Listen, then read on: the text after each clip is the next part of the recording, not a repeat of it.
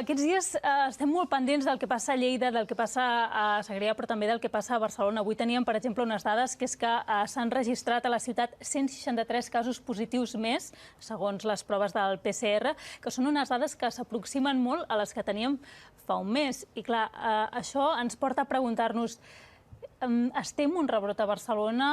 Estem un segon confinament a la ciutat? Jo crec que les dades s'han de prendre amb tot el respecte i tot el rigor.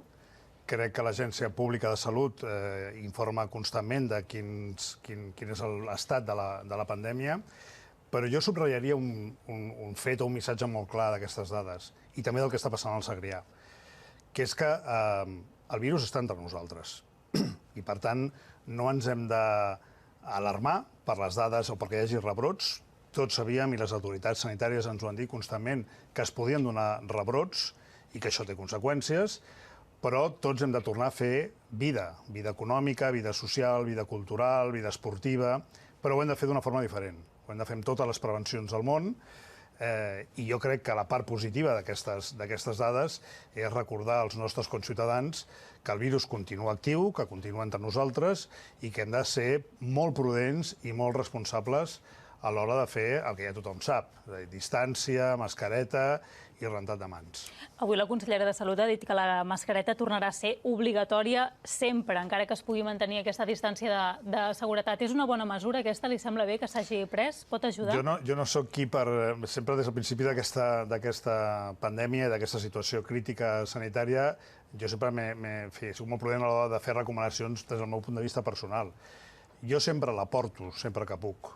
És a dir, excepte quan hi ha una distància garantida, com és el cas que hi ha entre vostè i jo mateix ara mateix, doncs sempre la porto perquè crec que és una bona mesura, perquè, diguem-ne, físicament evita que es pugui escampar a través de la saliva el virus, si és que el tenim, no? I, per tant, jo crec que per defecte sempre s'hauria de portar, i crec, a més, que tothom ha de recordar que aquestes mesures no són provisionals, que aquestes mesures trigaran un temps, trigaran mesos, probablement un any. I, per tant, és millor que ens anem acostumant a fer el màxim possible la nostra vida normal. Crec que tampoc és bo fer alarmisme i traslladar por i que la gent no surti o que la gent no consumeixi o no vagi al cinema o no vagi al teatre. En aquests moments, avui mateix, hem presentat el Bonus Cultura justament per incentivar el bonus cultural, per incentivar que la gent vagi a través d'aquest bonus al teatre, al cinema o a les sales de música, però es trobaran que quan hi vagin, com ens hem trobat tots quan hem començat a anar o hem tornat, doncs les coses han canviat. Bé, doncs ens hem d'adaptar i esperar que es trobi una solució definitiva en aquest assumpte del virus. En aquests últims dies l'Ajuntament, però, ha pensat en algun tipus de pla per reduir més la mobilitat si la tendència segueix pujant com aquests últims dies? Això sempre estarem al que ens diguin les autoritats sanitàries, que són els qui tenen la responsabilitat. Jo crec que en aquesta nova normalitat l'Ajuntament què està fent? L'Ajuntament està reactivant la ciutat. L'Ajuntament està, doncs, per exemple, ahir mateix vam anunciar que allargarem l'extensió de les terrasses dels bars i restaurants durant l'any que ve. L'Ajuntament avui ha presentat un bonus cultural que consisteix en que de 40 euros, 10 euros els paga l'Ajuntament per anar al cinema, al teatre, a les sales de música o comprar llibres. L'Ajuntament està ajudant a la ciutat a recuperar el pols d'aquesta nova normalitat. És amb el que estem concentrats ara mateix. També va presentar la setmana passada una campanya per atraure turisme, però no sé si aquestes informacions Barcelona es vol presentar com un destí segur i no sé si això pot jugar a la contra, no?, a l'hora d'atraure visitants, ja siguin de proximitat o de més lluny, ara que les fronteres estan obertes. Barcelona és una ciutat segura des del punt de vista sanitari, la qual cosa no pot dir que no hi hagi rebrots. Una cosa no exclou l'altra. Que siguem una ciutat segura vol dir que estem prenent totes les mesures que estan al nostre abast, des de l'àmbit privat, del nostre dia a dia, fins a l'àmbit públic, d'espais, higiene, seguretat sanitària, etc., en tots els que són espais públics per visitar la ciutat. Nosaltres hem, efectivament, llançat aquesta primera avançada del que serà una campanya de turisme de proximitat, perquè necessitem que vinguin visitants a la ciutat per reactivar també l'economia local. El que passa que amb el turisme de proximitat no fem, no?, per aguantar tota la infraestructura turística que té ara Barcelona. Efectivament, no farem, les coses les hem d'explicar com són, no serà suficient com per suplir la manca de visitants foranis, però estem esperançats que això ens permeti que alguns hotels o la restauració o el comerç, sobretot al centre de la ciutat, que ens preocupa molt, pugui tenir, efectivament, visitants per incentivar el consum. Tenim una economia que és la que és, tenim un percentatge de la nostra riquesa com la ciutat que només vinculat a l'economia de la indústria turística és un 15% del PIB, és molt. I nosaltres volem protegir aquests llocs de treball i volem protegir aquest teixit econòmic.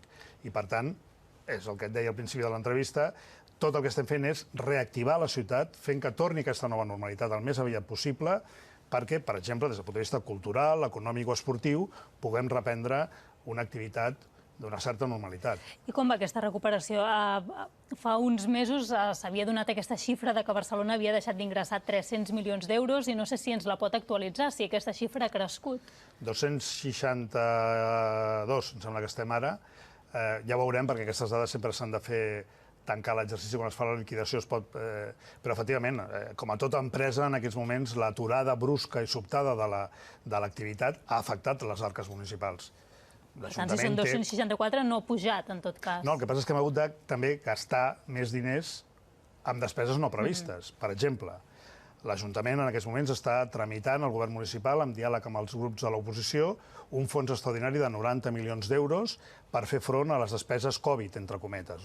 És a dir, aquelles despeses que no teníem previst com a Ajuntament, de reactivació, fonamentalment de reactivació econòmica, de polítiques socials i de suport a l'àmbit de l'esport i de la cultura de la ciutat.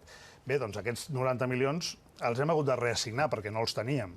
Bé, tot això al final suma, no? I efectivament té una afectació amb el pressupost municipal que intentarem que sigui el menys lesiu possible pels objectius que tenim com a ciutat. Quins projectes o quines transformacions s'alentiran o s'ajornaran precisament per quadrar les xifres? Perquè és evident que hi ha gent que necessitarà molta ajuda en els propers mesos i que el pressupost té un límit, no? Per tant, ja tenen aquesta llista? No tenim cap llista perquè el criteri és fer-ho tot. O sigui, nosaltres no volem renunciar a res al que ens havíem plantejat des del punt de vista de la inversió pública a la ciutat. Pensi que l'Ajuntament de Barcelona aproximadament inverteix uns 400 milions d'euros cada any amb inversions, amb totxo, amb transformació, amb túnels, amb carrers, amb equipaments, i això també és riquesa per la ciutat, això també genera llocs de treball, que és el que més necessitarem ara, i per tant no hi renunciem. Ara bé, és veritat que nosaltres ara estem fent front a l'emergència,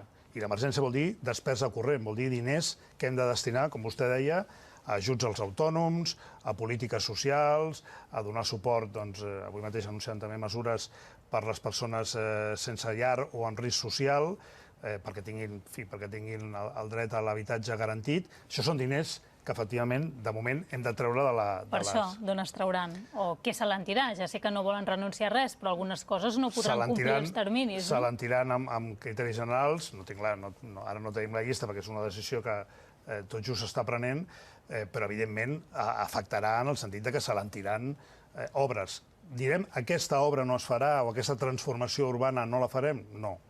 Direm, trigarem més a fer-la perquè, efectivament, ara l'esforç hem de fer emparar el cop. Emparar el cop a l'economia. Pot posar algun exemple d'alguna obra que s'alentirà? No li puc posar perquè no tinc el calendari.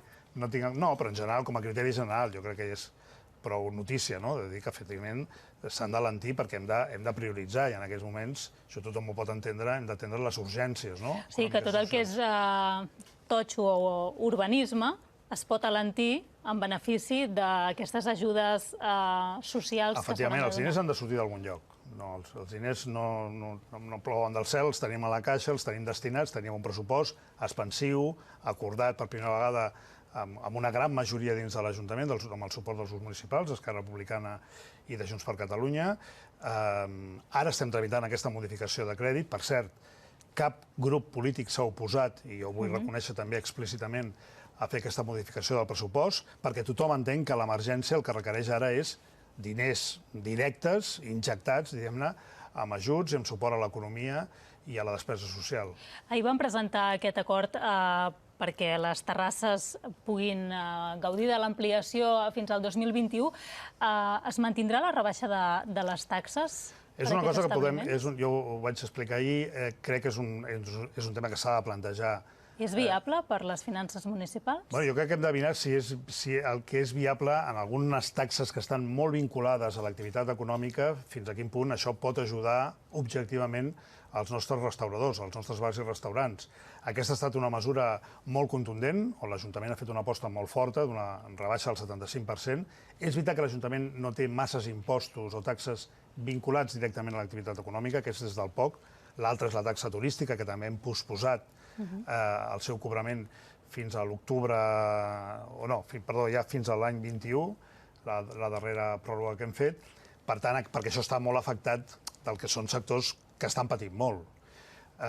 Vostè em pregunta, la rebaixa es podrà mantenir l'any 21?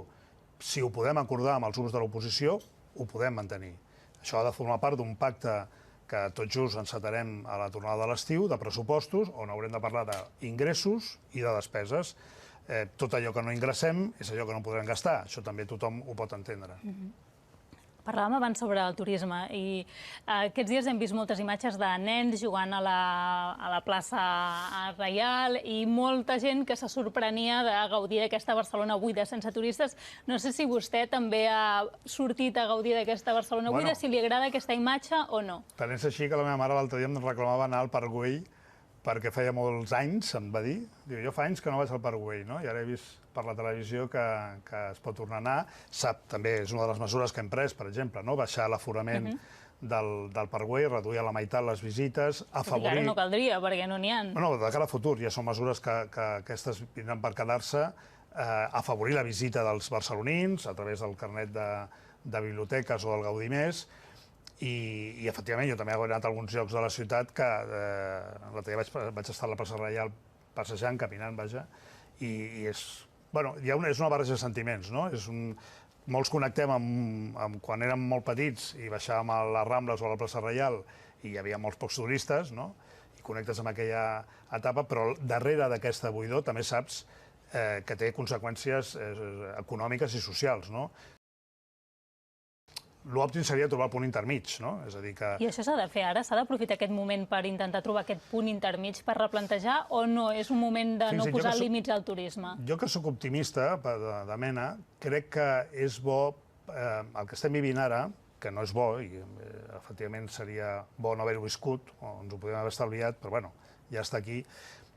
D'una banda, els que feien un discurs molt antiturístic, poden veure que això té conseqüències sobre la nostra economia, sobre els llocs de treball i sobre sectors de la població vulnerables des del punt de vista laboral i al revés. És a dir, aquells que preconitzaven més, també se n'adonen que els barcelonins també han de poder gaudir de la nostra ciutat amb equilibri amb els visitants. Per tant, jo crec que les lliçons tots les aprendrem i que en part hem d'aprofitar aquesta oportunitat per posar una mica el comptador zero en alguns sentits. Ara, quan presentem, ho vam fer la setmana passada, les 44 mesures per impulsar el turisme a la ciutat amb aquesta situació excepcional, una de les que posarem en marxa és que anirem a buscar ja, diguem-ne, els mercats, entre cometes, turístics que li interessen més a la ciutat de Barcelona, que són sobretot els d'aquells visitants que respecten el destí, no?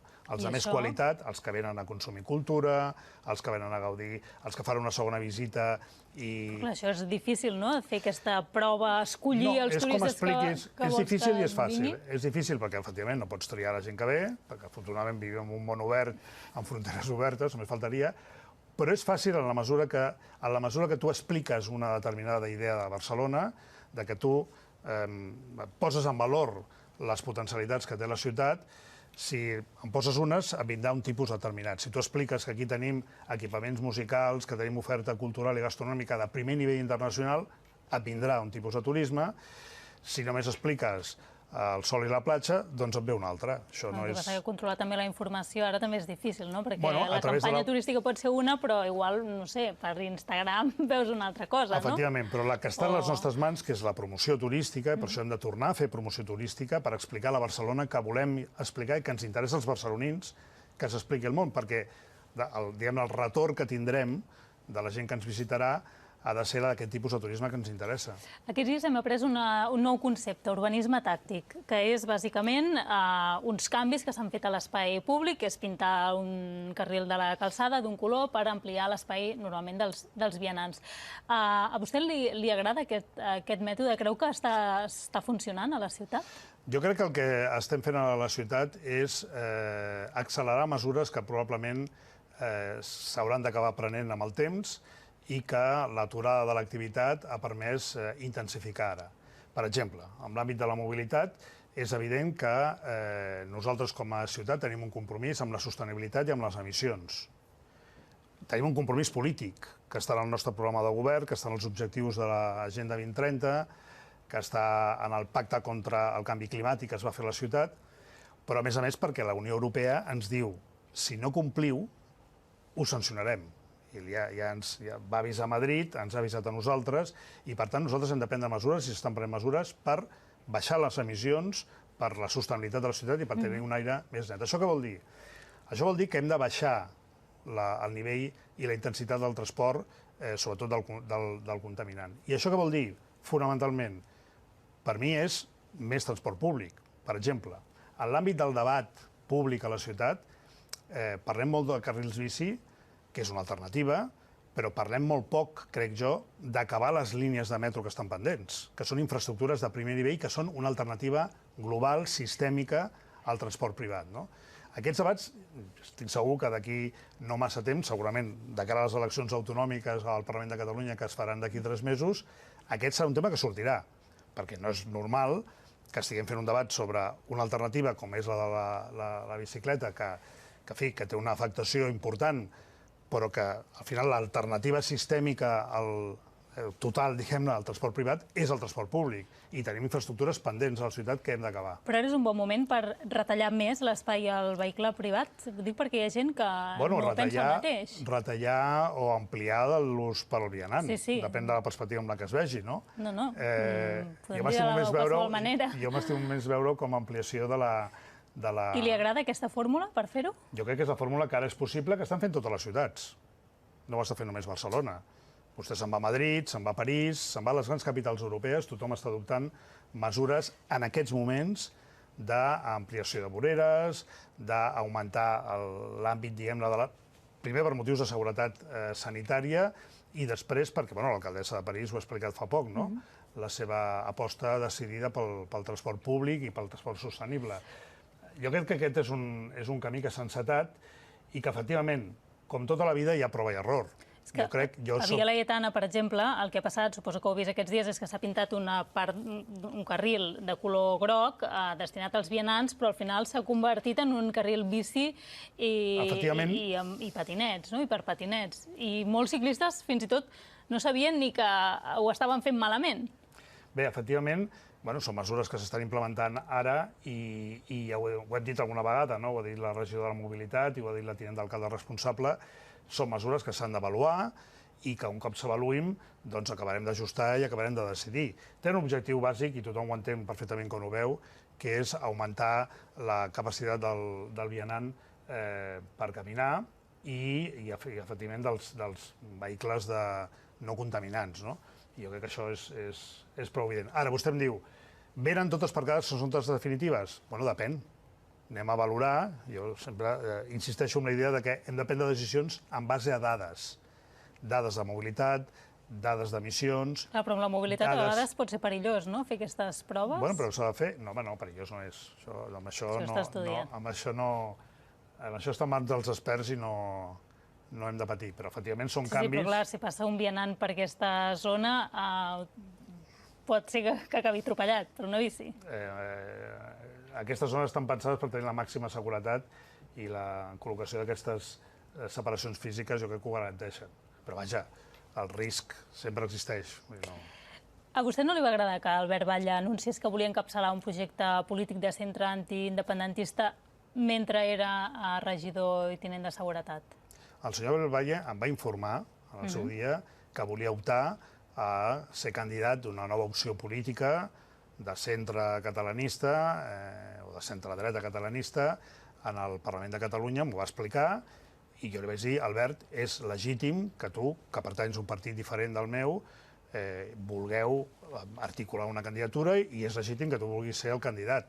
Però també et dic, ser candidat a la presidència de la Generalitat no és compatible amb tenir la responsabilitat d'una tinença d'alcalde del govern de la ciutat de Barcelona, que requereix tota l'atenció, o per mi, pels meus, diguem-ne, els membres de la meva candidatura i del meu govern, requereixen la màxima atenció a la feina que hem de fer a la ciutat de Barcelona, que és molta. I em va dir, estic d'acord. És a dir, si això passés, estem en el procés encara, si això passés és evident que no podré continuar formant part del govern. Jo crec que això forma part de la normalitat democràtica de la vida política. Ell li va dir, no li va haver d'exigir vostè que prengués aquest compromís. No, el senyor Batlle està completament, i ho va dir públicament, a més, que no és compatible una cosa amb l'altra i que, a més, per nosaltres la seguretat és un tema molt important, molt rellevant. Feia molts anys que la ciutat de Barcelona no tenia un tinent d'alcalde dedicat exclusivament a la prevenció i a la seguretat, amb la figura d'una persona del prestigi que en matèria de seguretat té el senyor Albert Batlle, i per tant és una aposta molt forta que ha fet el nostre govern. Quan se sabrà això? Perquè vostè va dir abans de l'agost això hauria d'estar resolt, estem a juliol... Bueno, jo no tinc el calendari... Clar, no sé si vostè ja té algun substitut a punt. No tinc el calendari, perquè això són processos interns de les organitzacions, però jo ja li vaig dir, ho he dit públicament, que és una incògnita que hem de resoldre el més aviat possible. No, en fi, no hi ha una data de caducitat ni li posarem. No? Li va saber greu a vostè perquè és evident que Batlle portava una cartera, ho acaba de dir vostè, molt important, no? I que ara, a un any de la formació de govern marxi, no sé si li pot plantejar un problema a vostè. No, els problemes mai són irresolubles, no? Però és evident que el senyor Batlle està fent una magnífica feina al capdavant de seguretat, però també és evident que té tota la legitimitat política i crec que el moment polític a Catalunya també s'està veient amb la recomposició que hi ha en l'àmbit del catalanisme polític. És evident que el senyor Batlle és una persona apreciada i respectada i, per tant, també és normal, i jo entenc que se li faci aquesta proposta i que es pugui arribar a concretar. No li va saber greu. Bueno, és que no es tracta que em sàpiga greu o no, es tracta de... A vegades quan dones la confiança a algú, potser després dius, ostres... No, jo crec que aquestes coses en política passen, vull dir, és com la vida mateixa, no? I des d'aquest punt de vista ho entenc personal i políticament. Divendres farà un any de l'acord de govern entre vostès i els comuns. Clar, les circumstàncies no han permès fer massa obra de govern, no? No sé quin balanç en fa vostè i no sé si això els ha ajudat a cohesionar-se més o no. Jo crec que aquest govern va néixer molt fort, ho hem dit des del principi, molt estabilitzat, amb la voluntat d'acabar la legislatura, amb la voluntat i la mà estesa d'arribar a grans acords de ciutat i amb dues grans prioritats, que era el combat contra les desigualtats i la lluita contra el canvi climàtic. Aquestes han estat les dues, el frontispici de la nostra acció de govern i jo crec que ho hem avançat molt durant aquest any. Per començar, vam tenir pressupostos que feia 5 o 6 anys que l'Ajuntament de Barcelona no en tenia. És a dir, vam aconseguir un gran acord. Tot ens ha canviat, però fins i tot en aquest canvi que ha provocat la pandèmia del Covid, també crec, humilment, que ho hem enfocat bé. També gràcies, i ho vull reconèixer explícitament, als grups de l'oposició que han entès aquest moment nou que requereix grans acords. En aquests moments, per citar 2 exemples concrets, tenim en marxa la modificació del pressupost per tenir aquests 90 milions d'euros disponibles per combatre els efectes econòmics i socials de la crisi post-Covid. I 2, estem posant les bases d'un gran pacte de ciutat amb 10 eixos estratègics de sortida de la crisi acordat amb tots els grups de l'oposició i amb més de 250 entitats representatives de la ciutat de Barcelona. Jo crec que això té un gran valor. Ho està fent aquest govern? Ho està fent la ciutat. I jo vull ressaltar en aquest punt també que aquesta tradició que tenim els barcelonins de fer pinya quan arriben moments difícils, de superar les diferències, de posar el bé comú per sobre de les pròpies posicions, en aquests moments comença a donar els seus fruits i crec que humilment, forma part del bagatge i del llegat que està deixant aquest govern. No sé si afrontaran diferent vostès la visita del rei divendres que ve a Barcelona. Vostè l'anirà a rebre? Doncs, si li dic la veritat, no tinc cap informació més que un titular de la visita al cap d'estat. Si li demanen, hi anirà? Sí. I anirà amb l'alcaldessa Ada Colau. Ho dic perquè l'alcaldessa justament aquesta setmana va fer un tuit que deia que la monarquia és corrupta i que no mereix seguir tenint impunitat. I amb això com m'està preguntant? Li pregunto què li sembla que l'alcaldessa Jo, faci aquest tuit. si ve el cap de l'Estat i organitza un acte públic i convida el govern de la ciutat o convida el primer tinent d'alcalde, el primer tinent d'alcalde hi serà, perquè és el cap de l'Estat. Primera consideració. Segona consideració, independentment de les nostres posicions sobre la monarquia o la república... Amb això sí que hi ha diferències amb l'alcaldessa. Que tots en tenim. Jo crec que s'ha de distingir entre el que és la necessitat que la justícia ho aclareixi tot, pel que fa al rei emèrit, i això jo ho defenso, fins a les últimes conseqüències. Ningú pot estar ni per sobre ni al marge de la llei, i una altra cosa és la institució de la monarquia, amb la qual pots estar d'acord o no, pots tenir posicions republicanes o amb unes altres posicions. Ara, jo crec que la nostra posició institucional, o jo sempre ho he fet així, no ara, sempre ho he exercit així, la nostra condició institucional exigeix que sigui bé el cap de l'Estat, doncs hi ha algun acte que no ho sé, perquè en aquests moments no tinc aquesta informació, doncs jo crec que s'ha fet amb tota la normalitat. No li incomoda a vostè? No, no m'incomoda. Jo crec que tinc una... És a dir, quan un té una posició institucional, hi ha coses que sempre a la vida t'agraden més, t'entusiasmen més o menys, però jo entenc que tinc una obligació institucional. I aquesta li entusiasma més o menys? Jo crec que això és irrellevant, fixis. El que a mi m'entusiasmi no, perquè jo tinc una obligació amb la ciutat i una obligació institucional, i és amb la que jo he de complir. I institucionalment, si ve un cap d'estat, si ve el cap de l'Estat del meu país, que és l'Estat espanyol, o bé un ambaixador, o bé qualsevol persona que té una posició institucional rellevant, la meva obligació institucional és assistir i, per tant, ho faré. No sé si aquest any podrà fer moltes vacances. Té pensat això? No ho sé. No ho sé. Que ens les mereixem segur. Que ens les mereixem segur, però que les podrem fer... En tot cas, les farem prop de la ciutat, això ja ho tenim clar, perquè sempre ho fem així, a més, perquè ens toca, quan estàs al govern de la ciutat no fa vacances, i per tant has d'estar vetllant, però bueno, intentarem descansar, sí. Jo crec que ens ho mereixem tots. Doncs que vagi molt bé i que descansi. Gràcies, Jaume Collboni. Moltes gràcies. Bona nit.